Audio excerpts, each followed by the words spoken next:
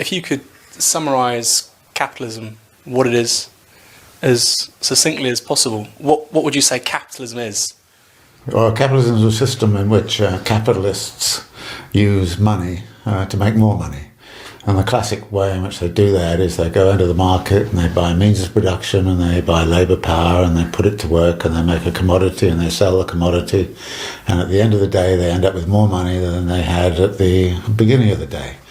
And then the next day, they take some of that more money and make even more money. So capitalism is a constantly expanding system of accumulation of wealth and power in capitalist hands. And how old would you say it is as a system? It had a merchant form way back in the 15th, 16th century, but the industrial form really came in the 19th century, which was when you started to employ wage labour in large factories, and then they were the ones who created the value which capitalists could then appropriate at the end of the day when they sold the commodity that had been made. And capitalism isn't as smooth and as simple and as easy in making that process happen as some would like us to believe. So what are the contradictions within that process of capital accumulation? Well, capital accumulation is a sort of continuous process, and at any moment there could be a blockage. I mean, I can take money and then I can look for labour power, and maybe all the labour is on strike, so I can't find the labour, or I can't find the means of production because all the iron ore has run out, or all the resources have run out, or something of that kind. And even when I get the production process going, there can be all kinds of things go wrong with the technology. And then when I've got the commodity, I've got to find a market for it. And if I've made something that nobody wants, then all that effort I've put in goes to waste. So there are many points where, in fact, the circulation process of capital can come unstuck. And if you think of it as a continuous process, then any break in the continuity means that actually there's going to be a crisis for capital. And big question, can capitalism as a system, the industrial capital that you're talking about, the industrial capitalist model that you're talking about, that began in the 19th century, can that end? And if it does or can end, what comes after it? Well, there are a number of problems with this system. One is that it's about continuous growth. And this arises because capitalists reinvest some of their money. I always think, well, if they were normal people, they would just take the extra and consume it and have a good time. But they can't do that because they're in a situation of competition with other capitalists. So if they don't reinvest, others will, and soon they'll be driven out. So the result of that is that capitalism is a system which is about continuous growth. And growth compounds, and as it compounds, it gets larger and larger and larger. So what we've seen since the 19th century is a capitalist system that's expanded geographically in intensity. More and more commodities are coming on market. Now, if you think about that process and say, can that go on for thousands of years? The answer is no, it can't. Now, when it's going to come to stop, when it's going to hit barriers, we begin to see some suggestion of limits right now. And at some point or other, we have to think about another way of making life decent than capital accumulation.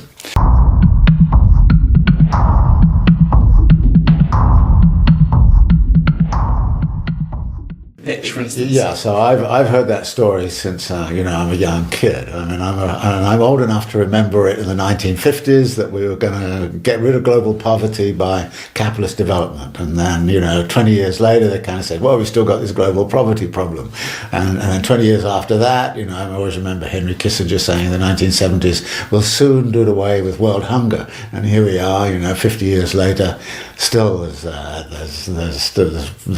lot of hunger around, and there's a millennium goal of 2000 where Navy said, okay, by 2015 we're going to get rid of global poverty, and we're very close to that, and it hasn't happened. The difficulty here is that actually capitalism as a system thrives on actually diminishing the standard of living of the labourer, because by keeping wages repressed and wages down, profits become higher and higher.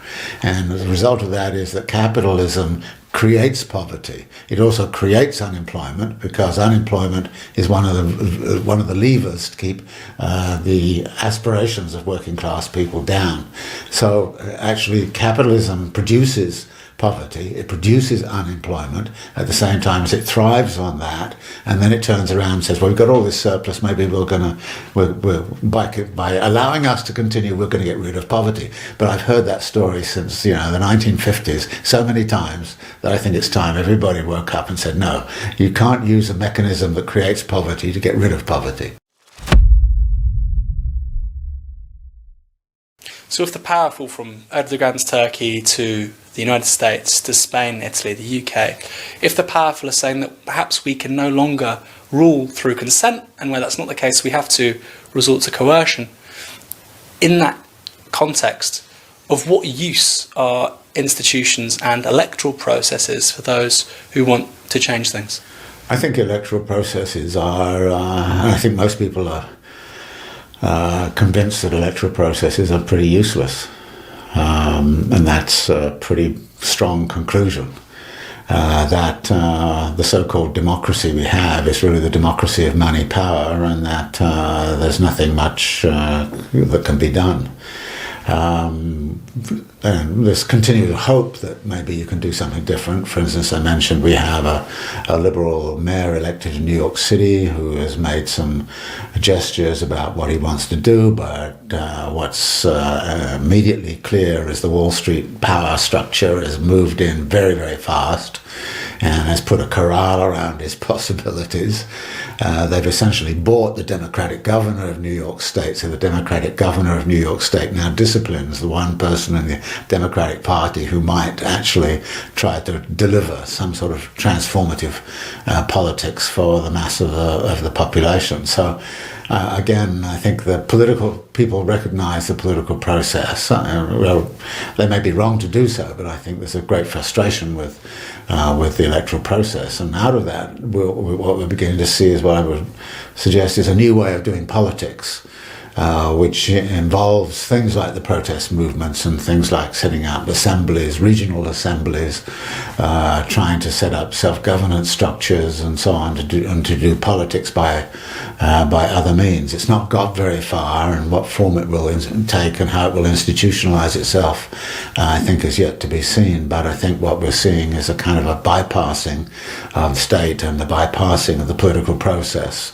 and an attempt to do something different, as we see in Spain through the Indignados, and as we've seen throughout many of the more continuous process movements that have existed in different countries. Final question. Are you an optimist? Depends which day of the week. On Thursdays I'm an optimist, on Friday I'm a pessimist, and then I go back again. It depends on the situation. I think there's a lot of room for hope, actually, and so I would not say I'm a universal pessimist, but there are some days when I look at the situation and I say, how on earth can everybody tolerate the idiotic way in which this world is being run in the face of some very, very simple solutions which could be arrived at simply by being decent human beings and saying, look, let's everybody have a good share of the pie, let everybody join into a collective kind of process of self-governance. And so I think there's a sense of that around, and I encounter that, so I get very optimistic, but then I look at what happens on the news and I kind of go, this is terrible. Okay, thank you very much. Right. Cheers.